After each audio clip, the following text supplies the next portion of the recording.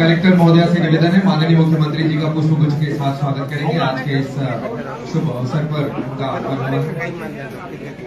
Collector महोदया से पुनः निवेदन है, माननीय विधानसभा अध्यक्ष महोदय हमारे बीच उपस्थित हैं, उनका भी आप स्वागत करें।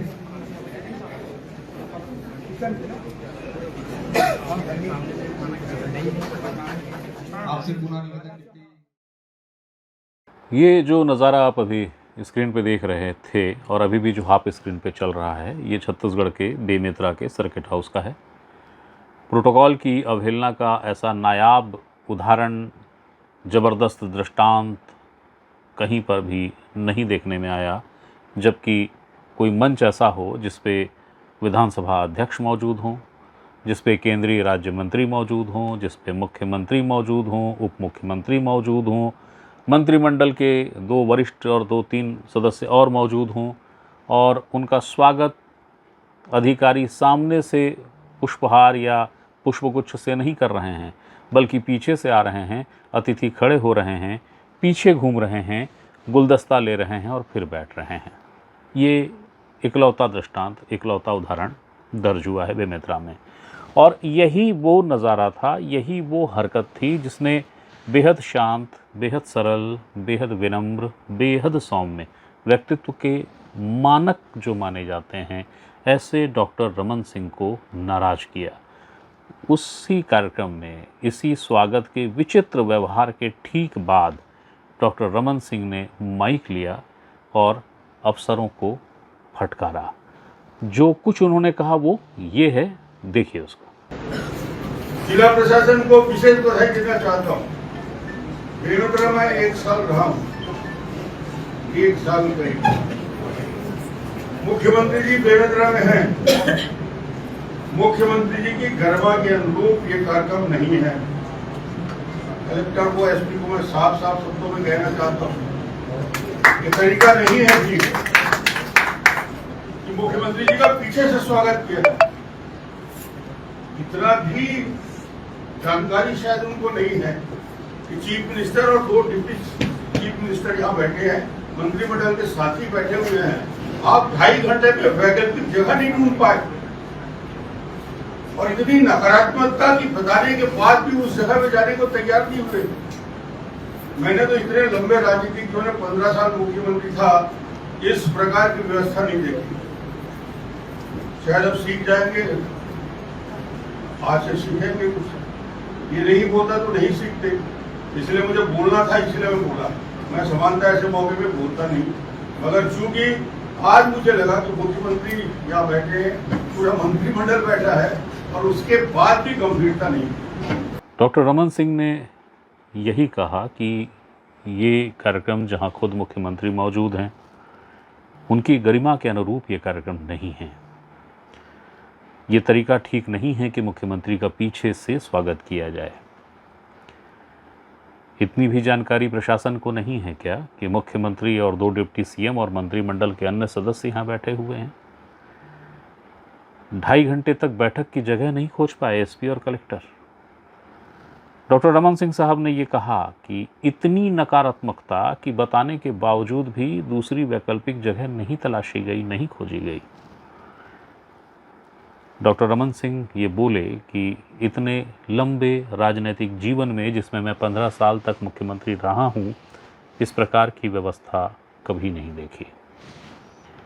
ये डॉक्टर रमन सिंह साहब की बात, उनको कहना भी चाहिए था। अब यूं भी ऐसा विचित्र कहाँ होता है?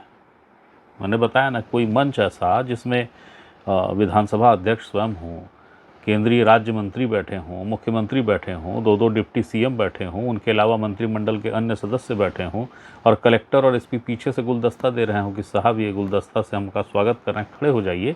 अतिथि खड़े हो रहे हैं, पीछे घूम रहे हैं, गुलदस्ता ले रहे हैं और फिर बैठ रहे हैं। विचित्रतम स्थिति थी।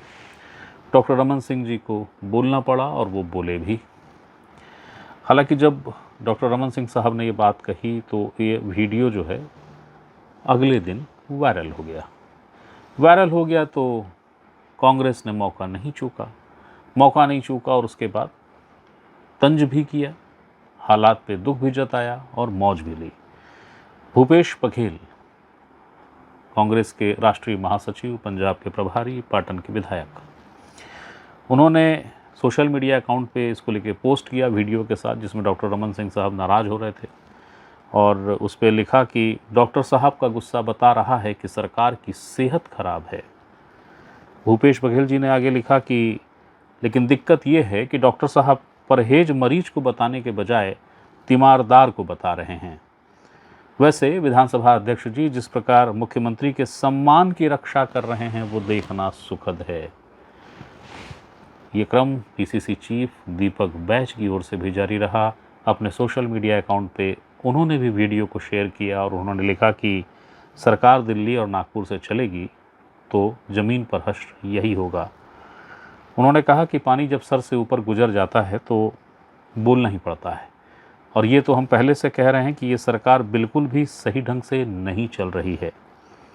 प्रदेश के मुखिया के कार्यक्रम में जिस तरह की अव्यवस्था देखने को मिली और पूर्व मुख्यमंत्री को उच्च अधिकारियों को सार्वजनिक रूप से फटकार लगानी पड़ी, ये मौजूदा सरकार और प्रशासनिक व्यवस्था पर सवाल है। कुल जमा ये कि एक विचित्र घटना हुई जो किसी को भी नाराज़ करेगी, और उसमें बेहद शांत स्वभाव के डॉक्टर रमन सिंह भी नाराज़ हो गए और उन्होंने फटकार लगाई, और उसके बाद कांग्रेस ने उसमें मौज ली। लेकिन याद रखिएगा, इस मौज में भी इस बात का मुकम्मल ध्यान रखा गया कि ये जो हरकत थी ये थी तो गलत, होना नहीं चाहिए था।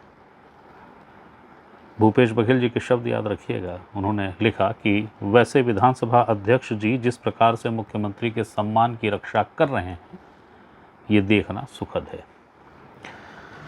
अब इसके बाद प्रदेश के मुख्यमंत्री विष्णुदेव साहब का बयान आया। उन्होंने जो बयान दिया है उस बयान ने नए संकेत दिए हैं। बीजेपी का भी जो ट्रेंड चल रहा है ना कि कहा कुछ न जाए, संकेतों में बातों को कह दो।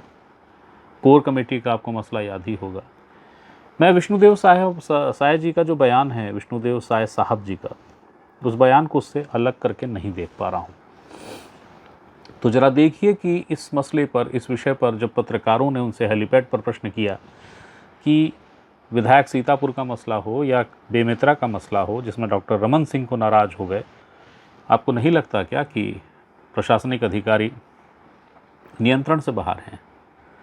विष्णुदेव साहब ने जो कहा, जो जवाब दिया है ना, बहुत दिलचस्प है।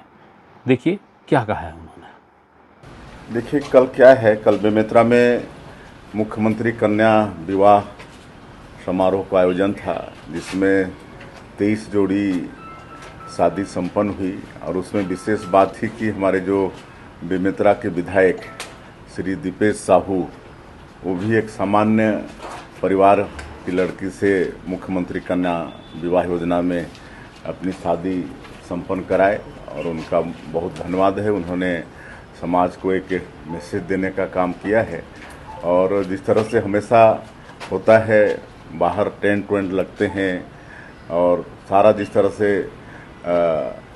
रहता है रूपरेखा, वैसा हुआ था। लेकिन अचानक कल तेज आंधी तूफान बारिश वहाँ पर हो गई और टेंट वेंट सब अस्त व्यस्त हो गया।